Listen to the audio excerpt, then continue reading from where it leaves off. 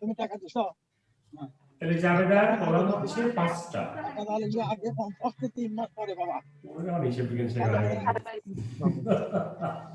এখন ধরো 30,000 তারিখ হাজারে হিসাবের শিরোনাম। যদি তুমি 4,000 টাকা দিবে।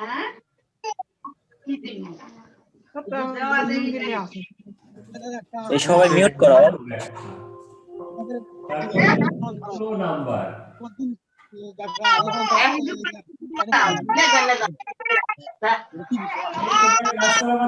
স্যার সবাইকে মিউট করতে বলেন। ক্লাস করা বাদ দিয়ে ঝগড়াঝাটি করো না বাবা। সাউন্ড সবাই অফ করে দাও। 1 এপ্রিল 2019 সাল। তার তারিখ হচ্ছে 2019 সালের এপ্রিল মাসের 1 তারিখে এই লোকটা ব্যবসা শুরু করছে। সুন্দর করে চারটা আঁকে নাও। জাবেদার চার্ট হচ্ছে 5টা কলাম বিশিষ্ট, তারিখ, হিসাবের শিরোনাম ও ব্যাখ্যা, সূত্র নাম্বার মানে রেফারেন্স, ডেবিট টাকা, ক্রেডিট টাকা। এই তো 21 নম্বর অঙ্কের প্রথমে বলছে যে মিস্টার রাহুল ক্রান্তি নগদ 20,000 টাকা, আসবাবপত্র 70,000 টাকা, যন্ত্রপাতি 20,000 টাকা এবং বন্ধু পলাশের শেয়ার 30,000 টাকায় বিক্রি করে তার থেকে 20,000 টাকা নিয়ে সে 1 এপ্রিল 2019 তারিখে ব্যবসা আরম্ভ করলো। তাহলে অনেকগুলো বিষয়।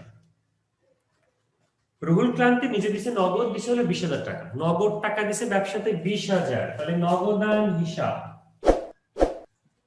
নগদান ডেবিট কত টাকা, সে নিজে দিছে হলো 20,000 টাকা আর বন্ধুর কাছ থেকে ধারও দিছে হলো 20,000। তাহলে 20 20 40,000। খেয়াল করো, সে নিজে দিছে নগদ টাকা 20,000, আবার বন্ধু পলাশের শেয়ার ছিল, কোম্পানির শেয়ার ছিল, সেই শেয়ারটা 30,000 টাকা বিক্রি করছে। 30,000 টাকা কিন্তু ও ধার নেয়নি, ও ধার নিছে হলো 20,000 টাকা। তাহলে 20 20 40,000 টাকা ব্যবসা তো নগদ আসছে। তাহলে নগদান হিসাব ডেবিট 40,000। আসবাবপত্র ডেবিট, আসবাবপত্র ডেবিট হচ্ছে 70,000। তারপরে যন্ত্রপাতি আসছে ব্যবসাতে, যন্ত্রপাতি 20,000। তাহলে যন্ত্রপাতি ডেবিট 20,000 টাকা। এই তিনটা সম্পত্তি ব্যবসাতে আগমন ঘটছে, তিনটা বৃদ্ধি হয়েছে, এই তিনটা ডেবিট, নগদ টাকা, আসবাবপত্র এবং যন্ত্রপাতি। এর মধ্যে মালিক কি কি দিছে? মালিক যাহা দেয় তাহা মূলধন। মালিক দিছে আগমত 70,000, 20,000 টাকা যন্ত্রপাতি 90,000 আর নগদ টাকা দিছে হলো 20,000। তাহলে 1,10,000 টাকা দিছে হলো মালিক। মালিক যা দেয় তাই মূলধন, অন্য জনেরটা মূলধন না। আর সে তার বন্ধুর কাছ থেকে ধার নিছে, ঋণ। তাহলে বন্ধুর কাছ থেকে ঋণ নিছে হলো 20,000 টাকা। তাহলে এই দুইটা মিলে 1,30,000, এই তিনটে মিলে 1,30,000। ঠিক আছে, তাহলে ঋণের টাকা তার কথা আসতে শোনা যাচ্ছে। আচ্ছা ঠিক আছে, তাহলে প্রথম জাবেদাটা এটাই ছিল, এটা আমরা বন্ধ করে দিলাম। পরেরটাতে বলছে অফিস সরঞ্জাম ক্রয় 50,000 টাকা 2 তারিখে, তারিখ হচ্ছে 2 তারিখ। তাহলে ব্যবসাতে আসলো কি অফিস সরঞ্জাম ডেবিট, যাহা আসে তাহা ডেবিট আর যাহা যায় তাহা ক্রেডিট। তাহলে কি গেল নগদ টাকা, তাহলে নগদান ক্রেডিট 50,000 টাকা। অফিস সরঞ্জাম ডেবিট, নগদান হিসাব, দুটি সম্পদ, একটা সম্পদ বৃদ্ধি পেল আর একটা সম্পত্তি হ্রাস পেল। তারপরে বলছে 500 টাকা লাভে 10,000 টাকার পণ্য বিক্রয় 12 তারিখ। তাহলে পণ্য বিক্রি করছে কত টাকা? 10,000 টাকা। তাহলে পণ্য বিক্রি করলে টাকা আসলো, নগদান হিসাব ডেবিট 10,000। আর বিক্রয় করছে, বিক্রয় করলে আয় হয়, আয় হলে ক্রেডিট হয়, তাহলে বিক্রয় ক্রেডিট 10,000। 500 টাকা যে লাভ করছে, 500 টাকা লাভ করুক আর 15 টাকা লাভ করুক বা 50 টাকা লাভ করুক, লাভ লোকসানটা আমরা নির্ণয় করব হচ্ছে আর্থিক অবস্থার বিবরণীর মাধ্যমে, চূড়ান্ত হিসাবের মাধ্যমে। এখানে পণ্য বিক্রি করার সময় কত লাভ করছে এই বিষয়টা আমরা বিবেচনা করব না। তাহলে 10,000 টাকার পণ্য বিক্রয়, এটা যে আমরা করলাম নগদান হিসাব ডেবিট, বিক্রয় হিসাব ক্রেডিট। দেখো যে এই তিনটা লেনদেনকে আমি যে হিসাবভুক্ত করলাম, যারা সায়েন্স থেকে আসছো তারা খেয়াল করো, কিন্তু আমি ডেবিটের গুলো কিন্তু বাম দিকে সরে লিখতেছি, আর ক্রেডিটেরটা কিন্তু ডান দিকে সরে যাচ্ছে, একটু বাম একটু ডান, বামে ডানে থাকবে, কিন্তু ডেবিট গুলো বাম দিকে থাকবে, ক্রেডিটটা একটু ডান দিকে সরে যাবে, এই যে ডান দিকে সরে গেছে। ঠিক আছে বাবা, ওকে। তারপরে বনানী ফার্নিচার থেকে 25,000 টাকা সোফা সেট ধারে ক্রয় করা হলো 15 তারিখ। 15 তারিখে বনানী ফার্নিচারের কাছ থেকে 25,000 টাকার সোফা সেট ক্রয় করা। সোফা সেটের শিরোনামটা কি? আসবাবপত্র। আসবাবপত্র ডেবিট, এটা আসলো ব্যবসাতে, তার দাম হলো 25,000 টাকা। এই দামটা কিন্তু শোধ করি নেই, দামটা বাকি আছে, টাকাটা দিতে হবে, বকেয়া, তাহলে এটা দেনা বৃদ্ধি পেল, ক্রেডিট। সম্পদ বৃদ্ধি ডেবিট, সম্পদের নাম আসবাবপত্র। দায় বৃদ্ধি ক্রেডিট, দায়ের নাম হলো প্রদেয় হিসাব। তাহলে ফার্নিচার কেনা হলো কিন্তু বাকিতে, তাহলে আসবাবপত্র ডেবিট, প্রদেয় হিসাব ক্রেডিট। ব্যাংক থেকে নিজ প্রয়োজনে 35,000 টাকা ঋণ গ্রহণ করে 32,000 টাকা ব্যবসাতে বিনিয়োগ করা হলো 20 তারিখ। ভালো করে খেয়াল করো, এটা ব্যাংক হতে নিজের প্রয়োজনে 35,000 টাকা ঋণ করলো। ঋণটা কিন্তু ব্যক্তিগত ঋণ, ব্যবসা করার জন্য ঋণ, এটা সে বলেনি। তাহলে সে নিজের নামে 35,000 টাকা ব্যাংক থেকে ঋণ করলো, করে সেই ঋণের টাকা সে ব্যবসাতে দিল হচ্ছে 32,000। তাহলে 32,000 টাকা ব্যবসাতে আসলো, 32,000 টাকা নগদে বৃদ্ধি পেল, তাহলে নগদান হিসাব ডেবিট 32,000। এই টাকাটা কিন্তু মালিক নিজে দিছে, মালিক নিজে এটা ব্যবসাতে বিনিয়োগ করলো, তাহলে মূলধন, মালিক কিছু দিলে মূলধন ক্রেডিট।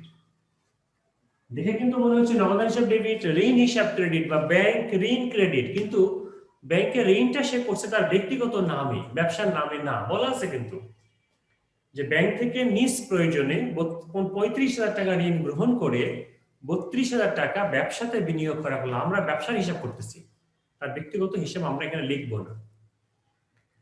ফারিয়াকে তার পাওনা 10,000 টাকার পূর্ণ নিষ্পত্তিতে 9,750 টাকা দেওয়া হলো। তাহলে ফারিয়া নামে একজন পাওনাদার ছিল আমাদের, সে 10,000 টাকা পাইতো। 25 তারিখে তাকে টাকাটা শোধ করলাম। যে আমাদের কাছে টাকা পায় তাকে আমরা বলি প্রদেয় হিসাব। কত টাকা পাইতো সে? 10,000 টাকা। সে পাইতো হলো 10,000 টাকা। তাকে নগদ টাকা দিলাম হলো, কম দিলাম একটু, নগদ টাকা চলে গেল ব্যবসা থেকে। কত চলে গেল? 9,750 টাকা। তাহলে দুই পাশে কিন্তু পার্থক্য হলো, ও পাইতো 10,000, আমি তাকে দিলাম 9,750। তাহলে সে আমার কাছ থেকে কম নিল, তাহলে আমার কিছু টাকা বেঁচে গেল, এটাকে আমি বলবো বাট্টা আয়। আয়টার নাম কি? বাট্টা, 250 টাকা। বাট্টা আয় হলো 250 টাকা। প্রদেয় হিসাব ডেবিট, নগদান হিসাব ক্রেডিট, বাট্টা আয় ক্রেডিট। ওকে। তারপরে মালিক ব্যক্তিগত তহবিল থেকে একটি মেশিন ক্রয় করে দিল ব্যবসাতে 10,000 টাকাতে 26 তারিখ। তারিখ হলো 26। মালিক ব্যক্তিগত তহবিল থেকে ব্যবসাতে একটি মেশিন ক্রয় করে দিল, মেশিন যার দাম হলো 10,000 টাকা। তাহলে ব্যবসাতে কি আসলো? মেশিন আসলো। মেশিনের শিরোনাম কি? যন্ত্রপাতি। ওই যে উপরে একবার লিখছিলাম, প্রথমে যন্ত্রপাতি ব্যবসাতে আসলো, যন্ত্রপাতি ডেবিট 10,000 টাকা। এটা দিছে কে? ব্যবসাতে এই যন্ত্রপাতিটা কিনে দিল কে? মালিক তার ব্যক্তিগত টাকা দিয়ে কিনে দিল। তাহলে মালিক কিছু যদি দেয়, সঙ্গে সঙ্গে আমরা লিখবো মূলধন হিসাব ক্রেডিট 10,000 টাকা। তাহলে যন্ত্রপাতি ডেবিট, মূলধন হিসাব ক্রেডিট। ঠিক আছে। তারপরে ঋণ পরিশোধ করা হলো। ঋণ দিছিল যে, ওই যে ঋণ নিছিল প্রথমে 20,000 টাকা, এই ঋণটা শোধ করে দিল। যখন ঋণটা নিছে তখন তার দেনা হয়েছিল, এখন যদি সে টাকাটা দিয়ে দেয় তাহলে তার দেনাটা কমে যাবে। তাহলে ঋণ ডেবিট, কত টাকা ঋণ শোধ করলো? 15,000। তাহলে দেনা কমলো, দেনার নাম কি? ঋণ। কি দিল? কি দিয়ে ঋণ শোধ করলো? টাকা দিল। তাহলে নগদান ক্রেডিট 15,000 টাকা। ব্যাস, এই ছোট্ট একটা জাবেদা আমরা করে নিলাম। এটা দেখে দেখে আমরা খতিয়ান করব।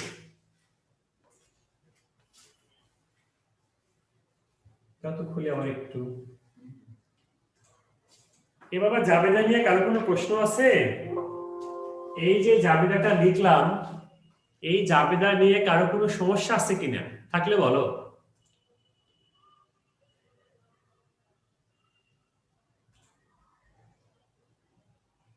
কয়জন ক্লাসে? তো অনেকগুলা। কারো কোনো সমস্যা আছে জাবেদা নিয়ে? স্যার কোনো সমস্যা নেই। আচ্ছা না স্যার। তাহলে দেখো এটা আমরা খ নম্বরে জাবেদা ছিল, জাবেদাটা করে নিলাম। গ নম্বরে বলছে যে মূলধন হিসাব এবং ঋণ হিসাব প্রস্তুত করো। মূলধন হিসাব মানে খতিয়ান, মূলধনের খতিয়ান। তাহলে গ নম্বরে আমরা চলে যাচ্ছি। গ নম্বরে 1 নাম্বার, এটার নাম হচ্ছে মূলধন হিসাব। হিসাব লিখলে যা, না লিখলেও তাই, শুধু মূলধন লিখলেও হবে। তাহলে খতিয়ানের জন্য একটা ঘর আঁকাই চলমান জের ছকে। খতিয়ানের এটা সুন্দর করে এটা চার্ট আঁকাই নিই। বেশি বড় হবে না কিন্তু। মূলধন আসছে কয় জায়গায় দেখো, 3 লাইন লিখবো এখান থেকে, তারপরে মূলধন আছে 4 লাইন, 5 লাইন লিখবো। তাহলে এই খতিয়ানের মধ্যে আমার দেখো মূলধন আছে মোট 3 জায়গায়। একটা মূলধন, দুইটা, তিনটা, কিন্তু এই তিনটার বিপরীতে আছে হলো 5টা। কারণ এই মূলধনের বিপরীতে 3টা শব্দ, এই মূলধনের বিপরীতে একটা, এই মূলধনের বিপরীতে একটা। তাহলে আমাদের মোট 5 লাইন লিখতে হবে। তাহলে খতিয়ানের ঘর, ঘরের প্রথম অংশটা একটু মোটাসোটা হবে, প্রস্থটা একটু বেশি হবে, বাম দিকে সবসময় থাকে তারিখ, তাহলে এদিকে তারিখ দিলাম। এই পাশে ডান দিকে 2টা ঘর থাকে, জেরের জন্য 2টা ঘর থাকে, সেটা আমরা এইভাবে বের করে নিই। এটা হলো উদ্বৃত্ত বা জের বা ব্যালেন্স, যার যেমন খুশি লেখো, ডেবিট ক্রেডিট। তারপর এটা হলো ক্রেডিট টাকা, এটা হলো ডেবিট টাকা। তারপর এটা হলো একটা ফাঁকা ঘর রেফারেন্স মানে সূত্র নাম্বার, বিবরণ, বিবরণ সূত্র নাম্বার। তারপরে ডেবিট টাকা, ক্রেডিট টাকা। এগুলো খতিয়ানের চার্ট, 7 ঘর বিশিষ্ট। 1 2 3 4 5 6 7। তাহলে জাবেদার হচ্ছে 5টা কলাম আর খতিয়ানে হচ্ছে 7টা কলাম। চলমান যে ছকে খতিয়ানের কলাম হচ্ছে 7টা। তাহলে আমাদের এখন আর বই দরকার নাই, শুধু খতিয়ানটা জাবেদাটা দেখে দেখে খতিয়ানটা করব। জাবেদা দেখে খতিয়ানে ট্রান্সফার করব। তাহলে মূলধন আছে কোথায়? মূলধন আছে 1 তারিখে, এপ্রিল মাসের 1 তারিখ। তাহলে আমরা তারিখ বসালাম এপ্রিল, 2019 সালের এপ্রিল 1 তারিখ। সবাই 4 টাকায় নাও।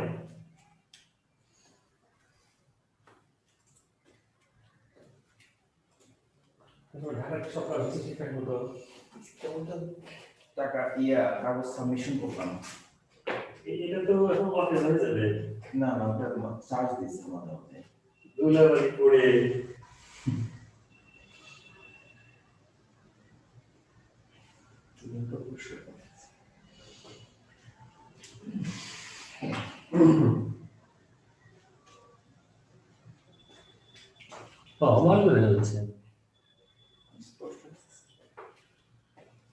তাহলে আমরা খতিয়ানে পোস্টিং দেই মূলধন, খতিয়ানের নাম মূলধন, এখানে একটা মূলধন দেখা যাচ্ছে। দেখো খতিয়ান লেখার নিয়ম হলো যে যে শিরোনামটা আমরা অন্তর্ভুক্ত করব তার বিপরীত পাশে গুলো খেয়াল করতে হবে। তাহলে আমরা দেখলাম যে মূলধনের সামনে টাকা আছে হলো 1,10,000 টাকা। মূলধনের সামনে ক্রেডিট পাশে টাকা আছে হলো 1,10,000। তাহলে এই 1,10,000 টাকা কোথায় কোথায় আছে? দেখো যন্ত্রপাতির মধ্যে আছে 20,000, মালিক দিছে। আসবাবপত্রের মধ্যে মালিক দিছে হলো 70,000। আর নগদ টাকার মধ্যে মালিকের দেওয়া টাকা হলো 20,000। 20,000 কিন্তু 40,000 না। তাহলে আসবাবপত্র 70,000, যন্ত্রপাতি 20,000, 90,000, আর নগদ টাকা হলো 20,000। তাহলে হচ্ছে 1,10,000। তাহলে 1,10,000 টাকার জন্য মূলধনের বিপরীতে আমাদের 3টাকে লিখতে হচ্ছে, 3টা শিরোনামকে লিখতে হচ্ছে। তাহলে প্রথমটা আমরা লিখবো নগদান। নগদানের সামনে কিন্তু টাকা আছে 40,000, বাট আমি লিখলাম 20,000, কারণ ওই 40,000 টাকার 20,000 টাকা ঋণ নিছে আর 20,000 টাকা মালিক দিছে। মালিক যা দেয় সেটাই কিন্তু মূলধন। তাহলে আমি লিখলাম হলো 20,000। তাহলে এই 20,000 টাকার জের কত? 20,000ই ক্রেডিট জের, ক্রেডিট ক্রেডিট। তারপরে আছে আসবাবপত্র, আসবাবপত্র লিখলাম, টাকাটা কিন্তু ক্রেডিটে বসাচ্ছি, কারণ কি আমার মূলধনটা আছে ক্রেডিটে, মূলধন আছে ক্রেডিটে, মূলধনের টাকাও আছে হলো ক্রেডিটে, সেজন্য আমি টাকাটা কিন্তু ক্রেডিট পাশে বসাবো। তাহলে আসবাবপত্র কত? ৭০,০০০ ক্রেডিটে। তাহলে আগের ক্রেডিট ছিল ২০,০০০ আর এখন নতুন করে ক্রেডিট হলো ৭০,০০০, তাহলে দুইটা মিলে হলো ৯০,০০০। ঠিক একই ভাবে আরো একটা আছে, কেবল কিন্তু ৯০,০০০ হয়েছে, আমাদের হতে হবে কত? ১,১০,০০০। তাহলে যন্ত্রপাতি ২০,০০০, যন্ত্রপাতি ২০,০০০। আগের ক্রেডিট আছে হলো ৯০,০০০, এখন ক্রেডিট হলো ২০,০০০, তাহলে ক্রেডিটে ক্রেডিটে যোগ ১,১০,০০০। লেখা শেষ, মূলধনের সামনে টাকা আছে ১,১০,০০০। ওই ১,১০,০০০ টাকা যে যার যার মধ্যে আছে সেই ফিগারটা নিয়ে আমরা এই খতিয়ানে পোস্টিংটা দিলাম এবং ১,১০,০০০ টাকা হয়ে গেছে। দেখো তো মালিক কিন্তু বাড়ি থেকে টাকা দিছে ২০,০০০ টাকা, সেই ২০,০০০ আসবাবপত্র দিচ্ছে ৭০,০০০ এবং যন্ত্রপাতি দিচ্ছে হলো ২০,০০০, সব মিলে ১,১০,০০০ টাকা। ঠিক আছে? এভাবে যেখানে যেখানে মূলধন থাকবে, মূলধনের টাকাটা আমরা সেম টাইপের সেম পাশে লিখবো, কিন্তু অপোজিট শিরোনামটা লিখবো। শিরোনামটা লিখবো বিপরীত। যেমন মূলধনের বিপরীতে শব্দ ছিল এই তিনটা, এই আসবাবপত্র, যন্ত্রপাতি এবং নগদ। তিনটার মধ্যেই মূলধনের টাকা ছিল, সব মিলে যোগফল ১,১০,০০০। মূলধন ক্রেডিট ১,১০,০০০, ১,১০,০০০। পরবর্তীটাতে যাও, ২০ তারিখে, ২০ তারিখ, ২০ তারিখে মূলধন আছে, ২০ তারিখে মূলধন আছে ২০ তারিখ। তাহলে মূলধন আছে ক্রেডিটে, স্যার, বলো। এটা কি আপনি কলেজের ক্লাস করাচ্ছেন না প্রাইভেটের? কলেজের। What is this? এটা তো ক্লাস। এটা কলেজের রুটিন মোতাবেক ক্লাসে প্রতিদিন সকাল 11টায় ক্লাস না, ফার্স্ট ইয়ারদের। স্যার 11টাই তো না। 11টাতে তো। তুমি কি সেকেন্ড ইয়ার? জি স্যার। সেকেন্ড ইয়ার তো ক্লাস হয়ে গেছে বাবা, 10:15 থেকে 10:55 ক্লাসটা হয়েছে, তো আমি নিলাম। তোমাদের শেয়ার ইস্যুর অঙ্ক করা 10টা 15 তো দেননি, আমি তো চলে গেছি। একটু শুরু করতে দেরি হয়েছিল কারণ নেটে একটু প্রবলেম ছিল, কিছু টাইম পরে শুরু হয়েছে, বুঝছো? এটা ফার্স্ট ইয়ারদের ক্লাস হচ্ছে। ও আচ্ছা। ঠিক আছে, তাহলে 20 তারিখ মূলধন আছে, 20 তারিখে মূলধনের অপোজিটে আছে নগদ আয়। মূলধনের সামনে টাকা আছে ৩২,০০০, নগদের মধ্যে টাকা আছে ৩২,০০০ ক্রেডিট পাশে, তাহলে আমি ক্রেডিট পাশে টাকা বসালাম ৩২,০০০। তাহলে ১,১০,০০০ ক্রেডিট ছিল, এখন আরো ক্রেডিট হলো ৩২,০০০, তাহলে ক্রেডিটে ক্রেডিটে যোগ ১,৪২,০০০, ১,৪২,০০০। ওকে, এই মূলধনটা তাহলে আমি পোস্টিং দিয়ে দিলাম, এই মূলধনটাও হয়ে গেল। দেখো শুধু বেছে বেছে দেখবো যে কোথায় কোথায় মূলধন আছে, শুধু এই মূলধনগুলো কিন্তু এই মূলধনে বসবে, অন্যটা কিন্তু এখানে আসবে না। তারপরে ২৬ তারিখ, ২৬ তারিখ যন্ত্রপাতি, তাহলে মূলধন আছে ক্রেডিটে, বিপরীত পাশে আছে যন্ত্রপাতি, তাহলে আমরা লিখবো যন্ত্রপাতি। মূলধনের সামনে টাকা আছে ১০,০০০, যন্ত্রপাতির সামনেও আছে ১০,০০০, মূলধন আছে ক্রেডিটে, টাকা বসালাম ক্রেডিটে। যদি ক্রেডিট হয় ক্রেডিটে ক্রেডিটে যোগ এই পাশে বসবে, যদি দুটোই ডেবিটে হয় তাহলে ডেবিটে যোগ করে ডেবিট পাশে বসাবো, আর একটা ডেবিট এবং একটা যদি ক্রেডিট পাশে হয়, বিপরীত হয়, তাহলে আমরা বিয়োগ করে যে পাশে টাকাটা বেশি সে পাশে নামাবো। তাহলে এখানে ১,৪২,০০০ সাথে আরো ১০,০০০ যোগ হয়ে হলো ১,৫২,০০০। এই জাবেদাতে আর কোথাও কোনো মূলধন নাই, এই তিনটা মূলধন ছিল, তিনটা মূলধন আমি এই মূলধনের মধ্যে লিখলাম, শেষ। এটাকে বলা হচ্ছে খতিয়ান। এখন যদি মালিক বলে যে ব্যবসাতে আমার টাকা কত আছে, বলে স্যার ১,৫২,০০০ টাকা আছে, তাহলে খতিয়ান থেকে আমরা এই প্রশ্নটার উত্তর দিতে পারি। খতিয়ান একটা স্বয়ংসম্পূর্ণ এবং স্বাধীন হিসাব, জানতে থেকে কিন্তু এই প্রশ্নগুলো আমরা উত্তর দিতে পারি না। তাহলে আমাদের খতিয়ান একটা হলো, খতিয়ানের নাম ছিল মূলধন। গ নম্বর আরেকটা খতিয়ান বলছে ঋণ, ঋণ। তাহলে আমরা মূলধনটা মিশিয়ে এটাকে ঋণ করবো, এটা তোমরা তুলে নাও, যারা উঠাচ্ছ তাহলে এটাকে উঠায় ফেলো খুব দ্রুত। ঠিক করে কাম কাজ করতে আসছে মনে হয়, মিস্ত্রি নিয়ে আছে না? আলহামদুলিল্লাহ।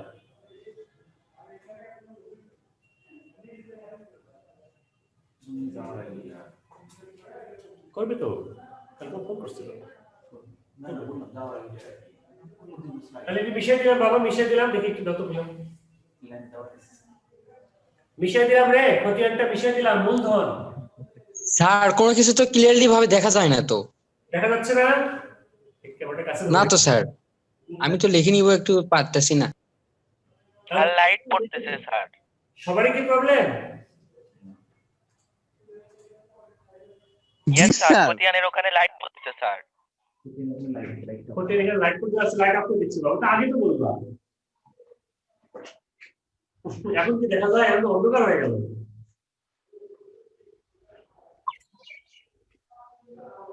এখন দেখা যায়? কি করবা, বাংলাদেশের ইন্টারনেট একটু প্রবলেম থাকেই রে বাবা, তাও তো করা যাচ্ছে ক্লাসটা। দরজা খুলে দাও।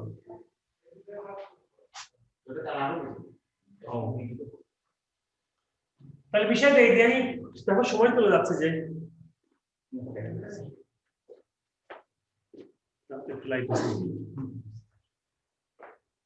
তাহলে খতিয়ান, পরের খতিয়ানের নাম হচ্ছে আমাদের ঋণ।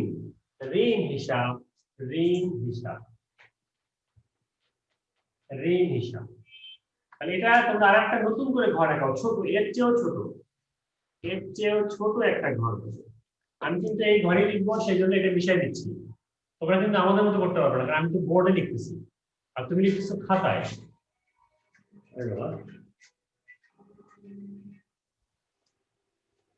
কোনটা আসলে হয় ধরো যদি তোলা হয় যদি ছাড় আছে একটা বিষয় সাথে করতে আসবে।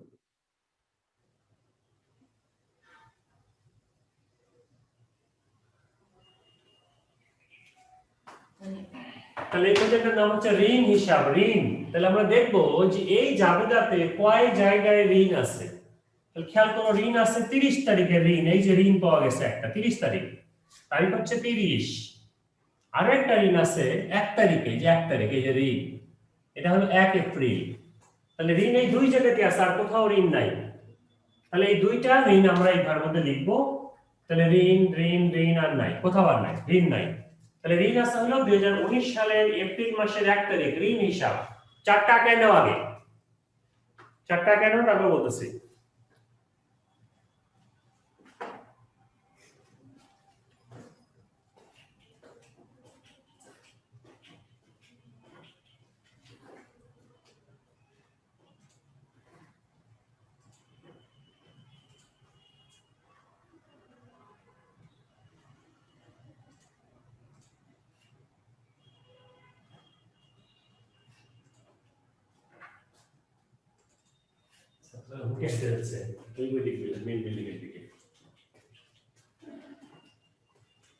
তাহলে খেয়াল করো বাবা, ঋণ আছে ক্রেডিটে 20,000 টাকা। আমাদের খেয়াল করতে হবে যে ঋণের এই 20,000 টাকা উপরে কিন্তু ডেবিট পাশে তিনটা, এই তিনটার কোথায় আছে?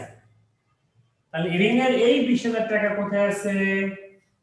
এটা যদি আমরা খুঁজি তাহলে এই 40,000 টাকার মধ্যে আছে। ওই 40,000 টাকা মালিক দিছে 20,000 আর ঋণ দিছে হলো 20,000। তাহলে এই ঋণের 20,000 টাকা আছে কার মধ্যে? এটা শিরোনাম হচ্ছে নগদান। তাহলে আমরা 1 তারিখ দিয়ে লিখবো হচ্ছে নগদান। ঋণ আছে ক্রেডিটে, তাহলে আমি টাকাটা বসাবো ক্রেডিটে, টাকাটা বসালাম ক্রেডিটে। তাহলে ক্রেডিট জের হলো 20,000, একটা এন্ট্রি, ওটাই জের, 1 তারিখ শেষ। তাহলে ঋণ আছে ক্রেডিটে, ডেবিট পাশে আমার শিরোনাম আছে তিনটা, নগদান, আসবাবপত্র এবং ঋণ যন্ত্রপাতি। তাহলে ঋণের এই 20,000 টাকা আছে হচ্ছে নগদের মধ্যে, সেই জন্য আমি লিখলাম বিপরীত থেকে, তিনটা থেকে কিন্তু আমি সিলেক্ট করে নেবো যে কার মধ্যে আছে ঋণের টাকাটা। নগদের মধ্যে আছে, আমি লিখলাম নগদান। নগদের মধ্যে টাকা আছে হলো 20 40,000, 20,000 টাকা দিচ্ছে মালিক আর 20,000 টাকা সে ঋণ নিছে, এই মিলে দুইটা মিলে কিন্তু 40,000। তাহলে লিখলাম নগদান হিসাব। ক্রেডিট পাশে যেহেতু ঋণ আছে, এই যে ক্রেডিট ঋণ, তাই যেখানে আমি ক্রেডিট পাশে টাকা বসালাম 20,000, তাহলে ক্রেডিট জের হলো 20,000। আর 2 তারিখে ঋণ নাই, 12 তারিখে নাই, 15 তারিখে নাই, 20 তারিখে নাই, 25 তারিখে নাই, 26 তারিখে নাই। ঋণ আছে 30 তারিখে, আবার তারিখ দিলাম 30, তারিখ দিলাম 30 তারিখ। ঋণ আছে ডেবিটে, ঋণ ডেবিট 15,000 টাকা আর নগদান হিসাব ক্রেডিট। তাহলে এখানে একটা সিম্পল জাবেদা, মিশ্র না, কোনো ঝামেলা নাই।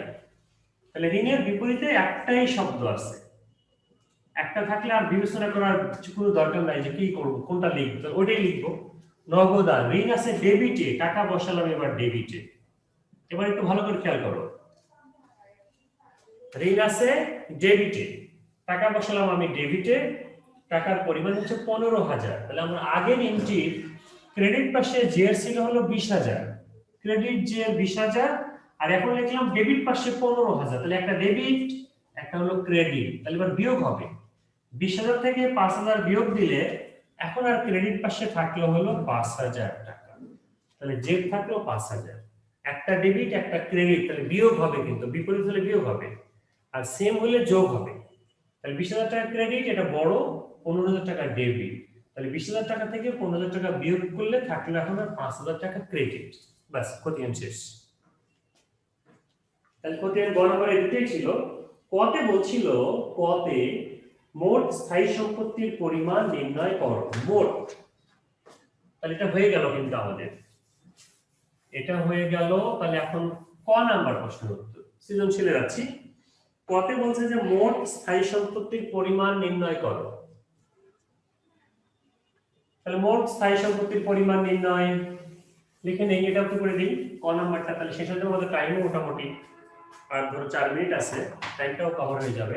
ক নাম্বার, ক, মোট স্থায়ী সম্পদের পরিমাণ নির্ণয়। একটু কম দেখা গেলে শুনে শুনেই লেখো, অসুবিধা কি?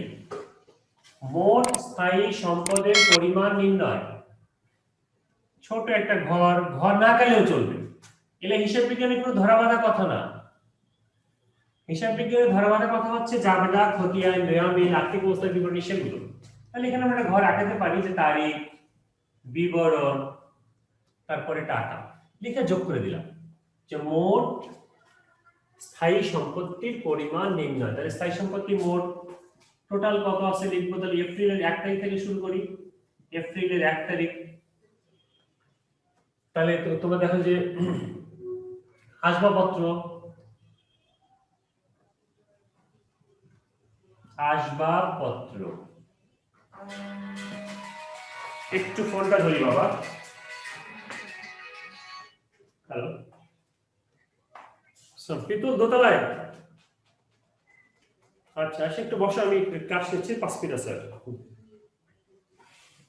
আচ্ছা বাবা, ওকে। তাহলে আসবাবপত্র হচ্ছে 70,000, তারপরে যন্ত্রপাতি 1 তারিখে, যন্ত্রপাতি হলো 20,000। তারপরে দেখো 2 তারিখ, অফিস সরঞ্জাম, অফিস সরঞ্জাম কত টাকা, 50,000। তারপরে আসবাবপত্র আছে 15 তারিখ, আসবাবপত্র কত আছে, 25,000। মোট স্থায়ী সম্পত্তির পরিমাণ নির্ণয় 26 তারিখ, যন্ত্রপাতি 10,000। আর কোনো স্থায়ী সম্পদ নাই। তাহলে 70 আর 20 90, 1,40,000, 50, 1,75,000। তাহলে মোট স্থায়ী সম্পত্তির পরিমাণ হচ্ছে 1,75,000 টাকা। শেষ। তাহলে ক, খ, গ, এটা হয়ে গেল।